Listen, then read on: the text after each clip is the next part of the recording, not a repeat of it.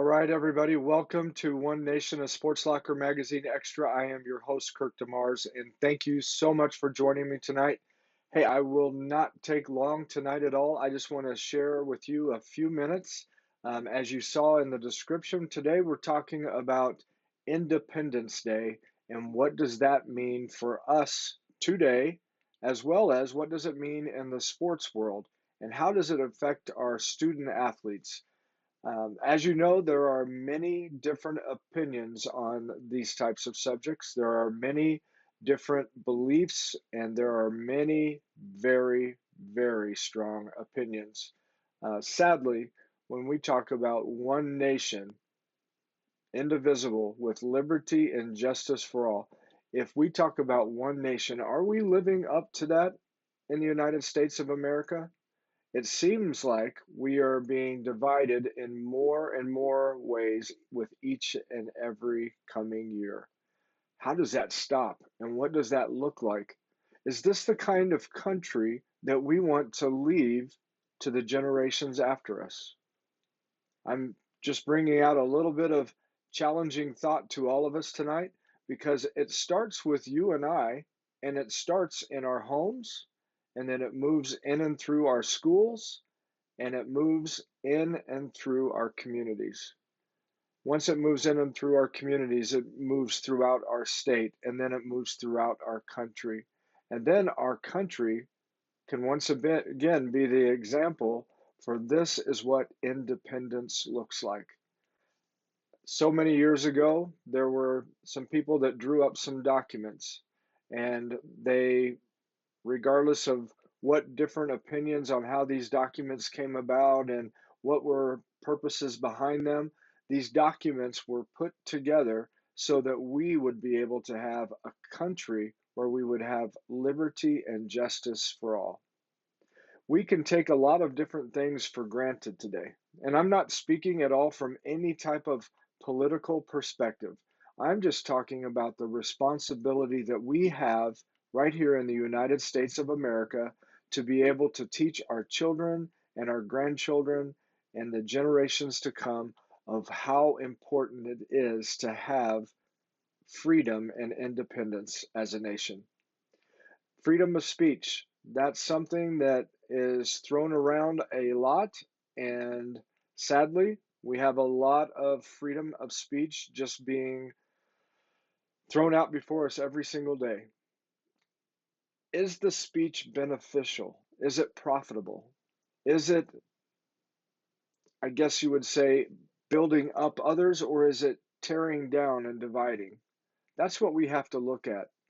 Are we pointing fingers at everybody else? Or are we pointing back to ourselves and saying, you know what, I have a responsibility here. I can make a difference within the realm that I am. Independence Day.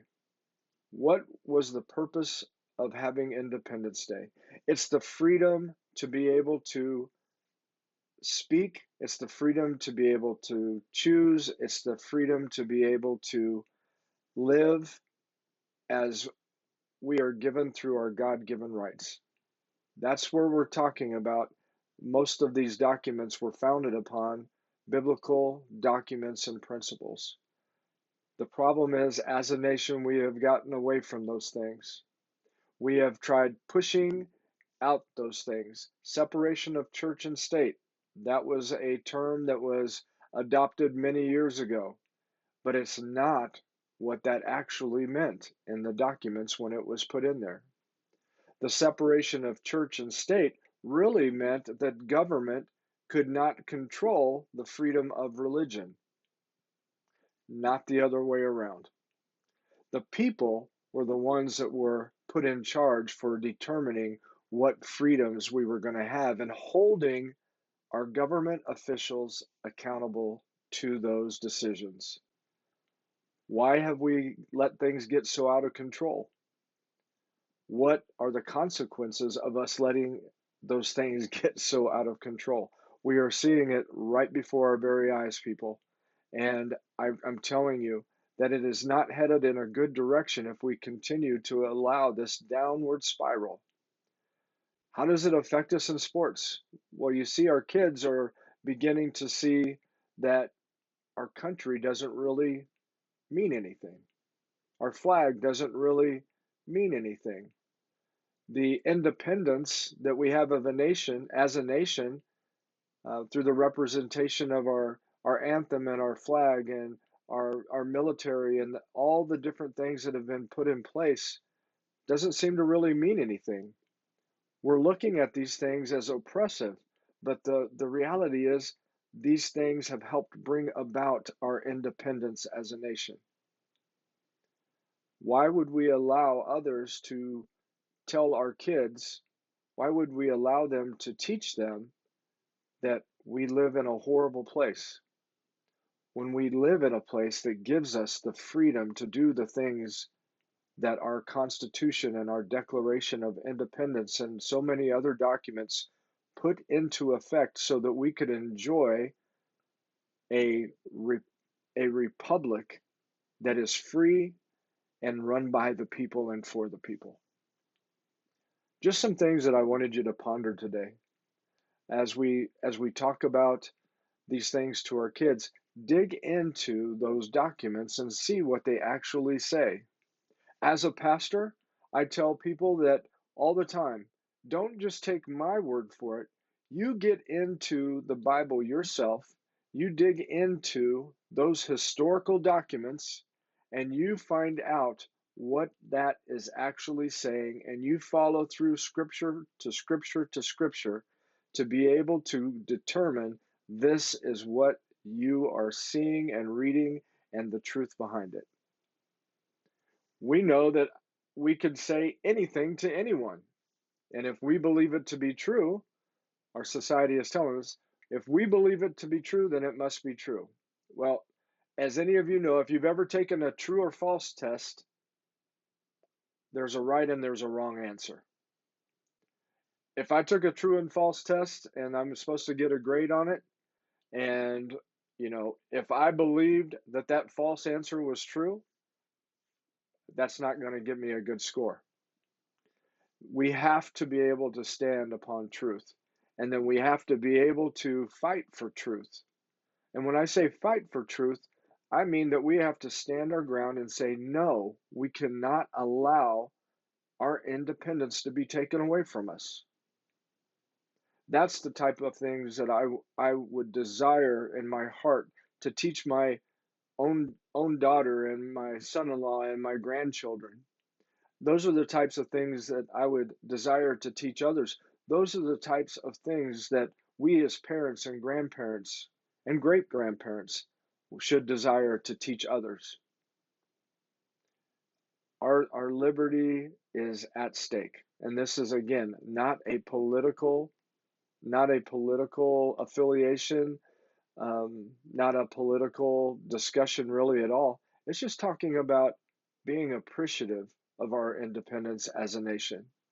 And I think it's worth every one of us taking just a little bit of time to be challenged to look at what does Independence Day really mean and what has it provided for us today.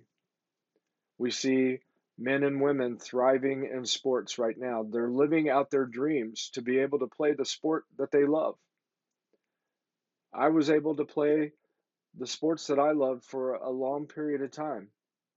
I didn't go to the professional level, and many student athletes are able to go to the professional level and to be able to experience the freedom to be able to make a good income and lifestyle for themselves. But at what cost?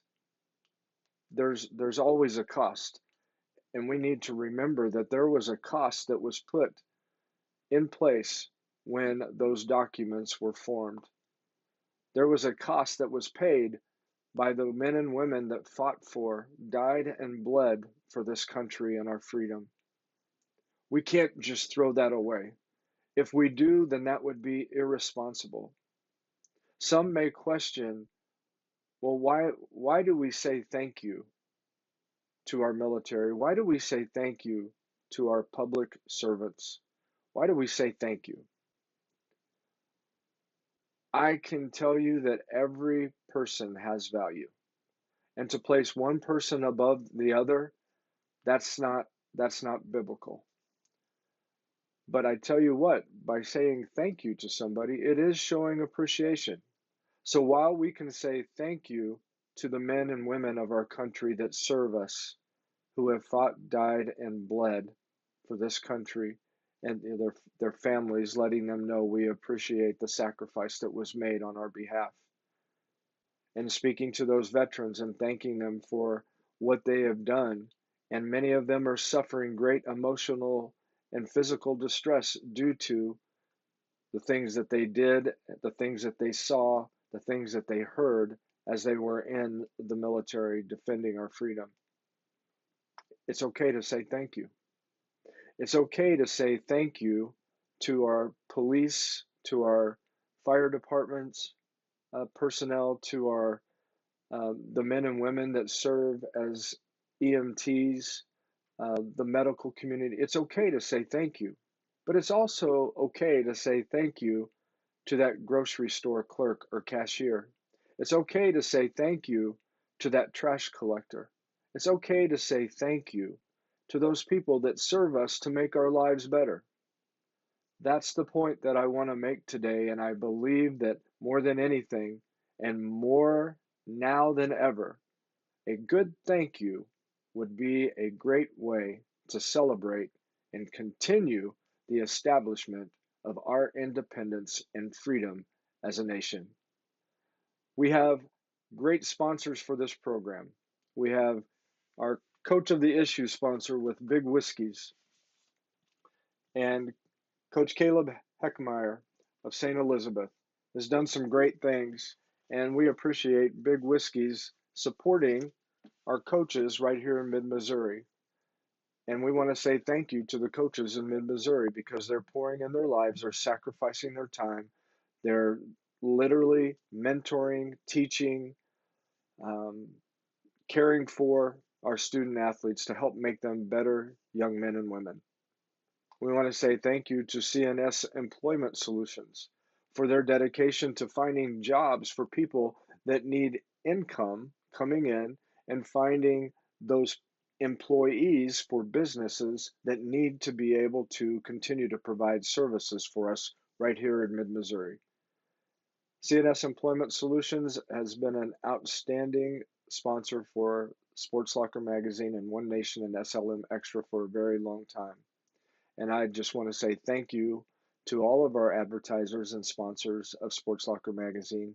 We appreciate everything that you do for not only us, but for our community, our schools, our student athletes, and this, just the general well being right here in mid Missouri.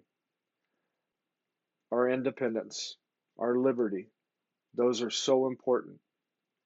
When we hear the national anthem during the Olympics this year, every time an American wins an event and their anthem, the national anthem is played, we can take pride in knowing that as a nation, there are things that are put in place that we can be proud about. Let's not let others try to destroy and tear down that pride that we have, that we are one nation under God, indivisible, with liberty and justice for all. That's all I have for you tonight. This is your host, Kirk DeMars. God bless you guys. Thank you for joining me on the program, and I will see you next week. Happy 4th of July.